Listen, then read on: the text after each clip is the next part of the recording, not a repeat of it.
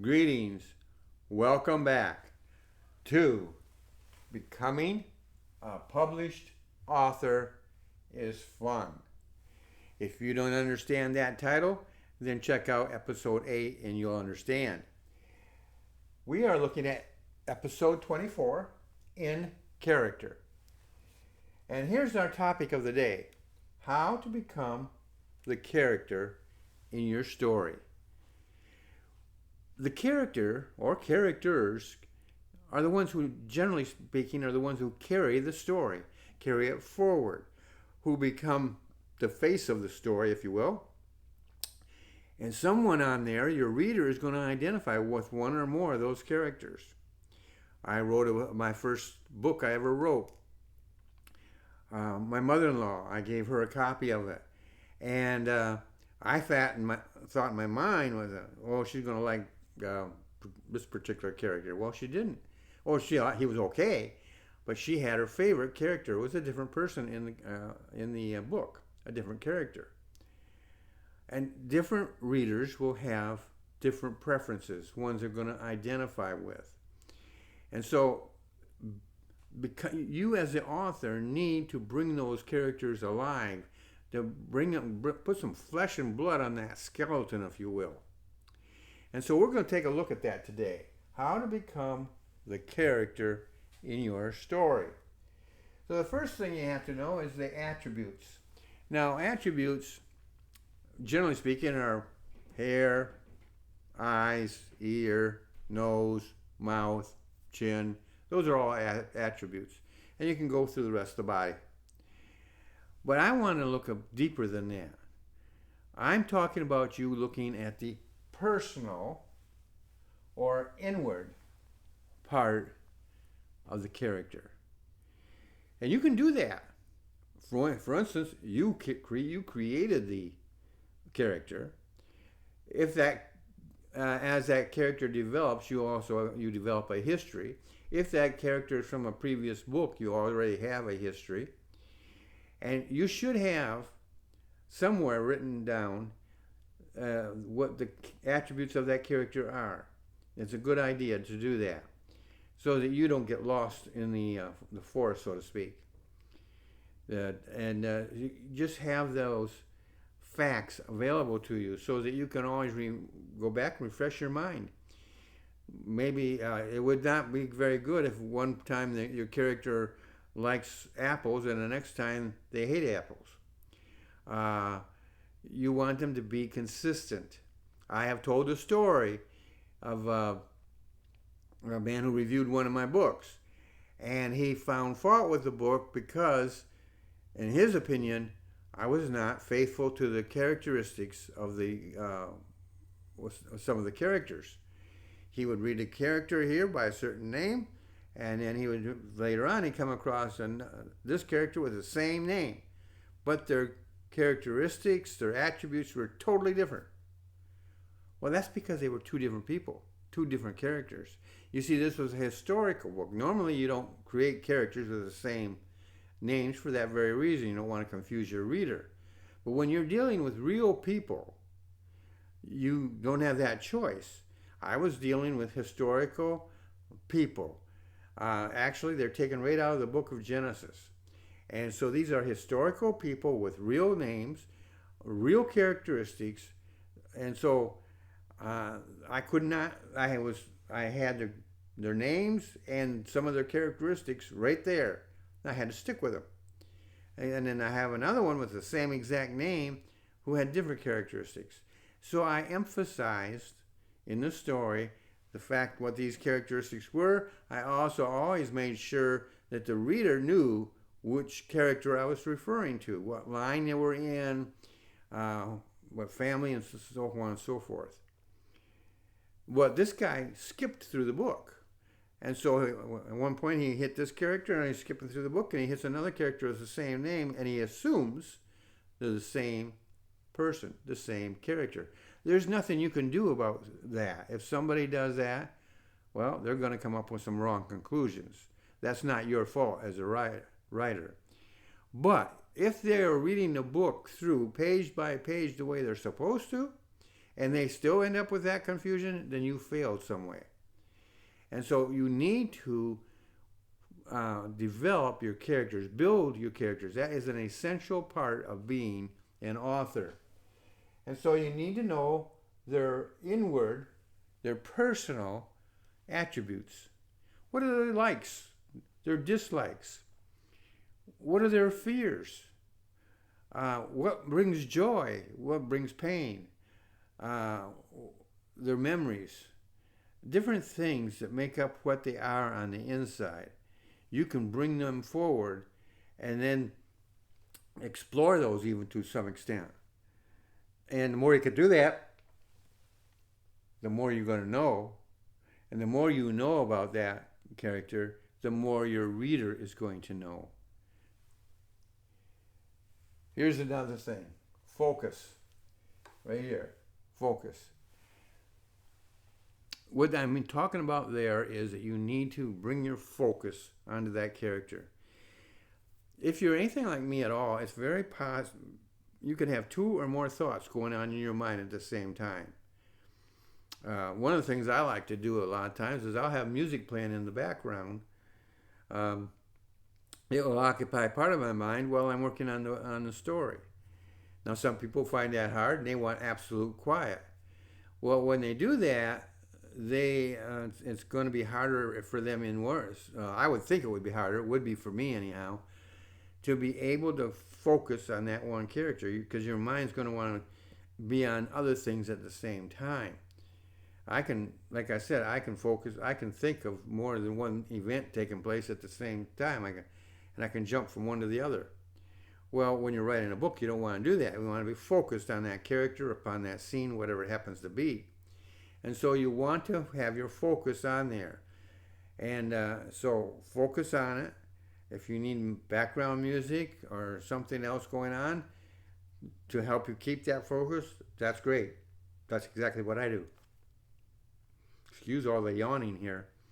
So the thing is, you want to focus, keep your focus on that character, and dive deep into the character. And this brings us to the next thing, is to pretend. If God called you to be an author, to be a Christian author, then He's equipped you. And part of that equipment that you need is an imagination.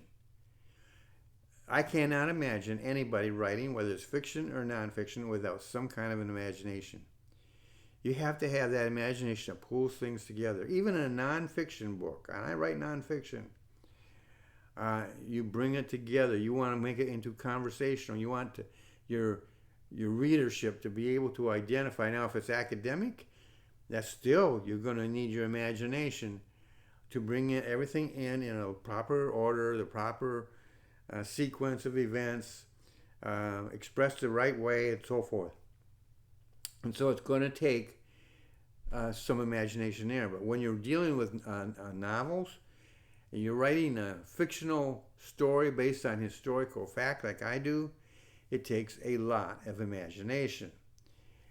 One of the greatest compliments I ever have received was a reviewer. I don't remember which book it was. It was one of the books in the World That Was series. And she said, "He brings the Bible alive." Oh, wow. Did that ever mean a lot to me?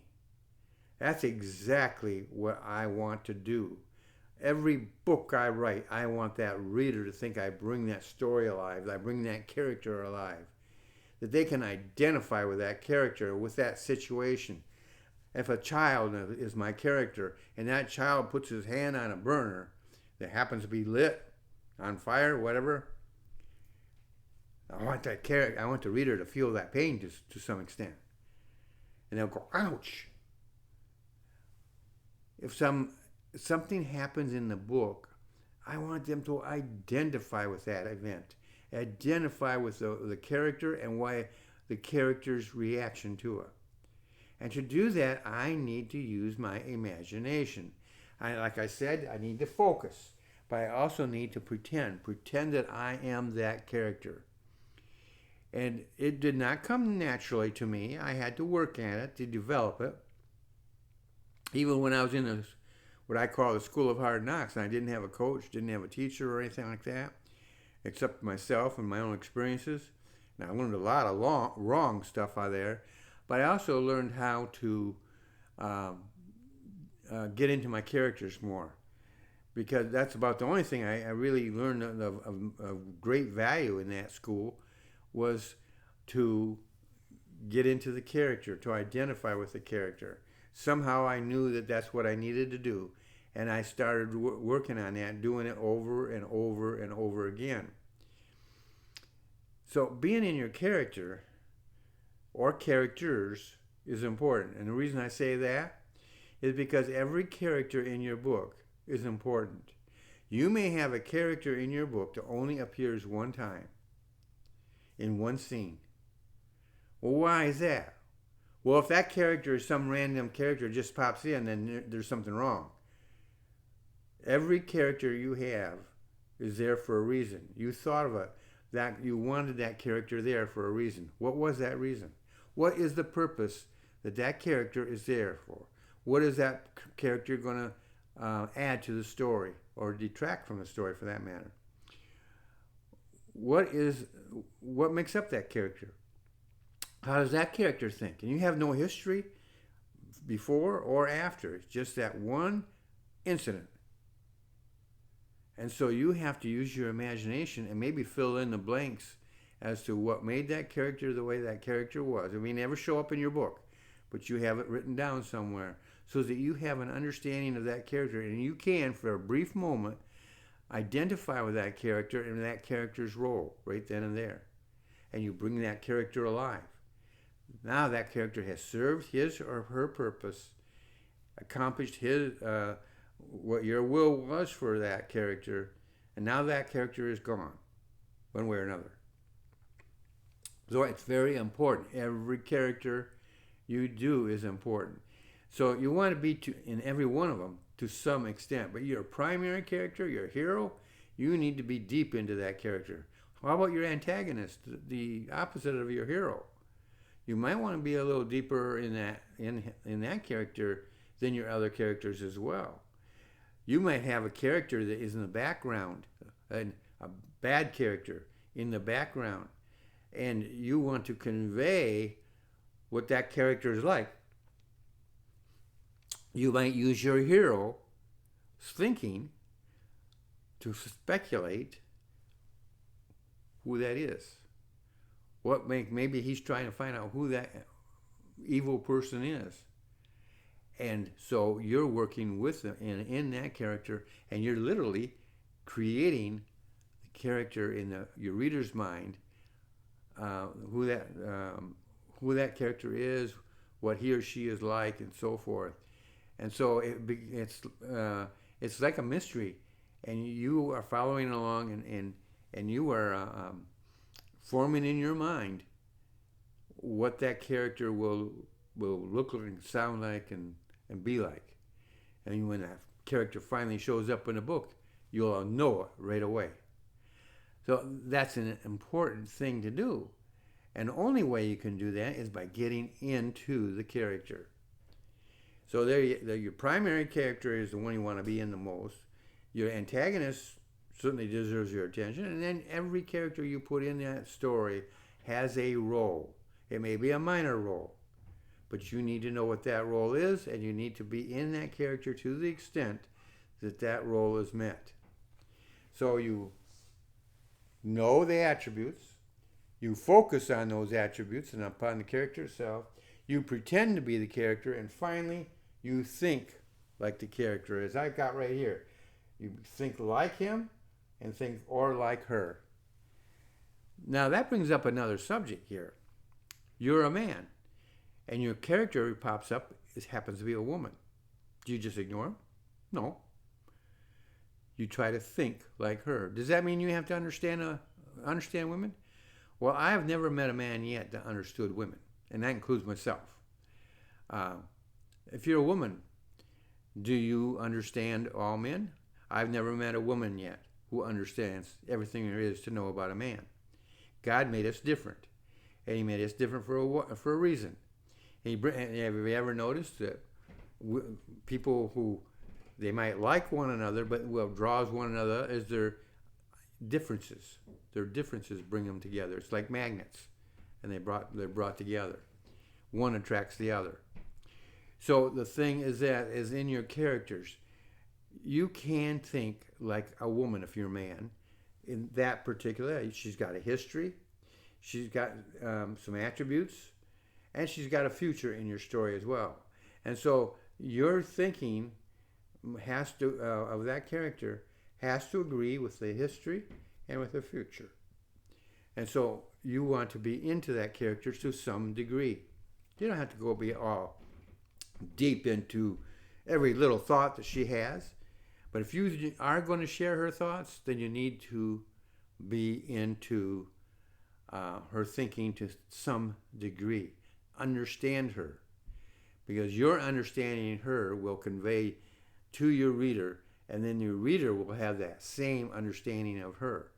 And it will bring that character alive to your reader. Now this brings up still another subject. Thinking. I use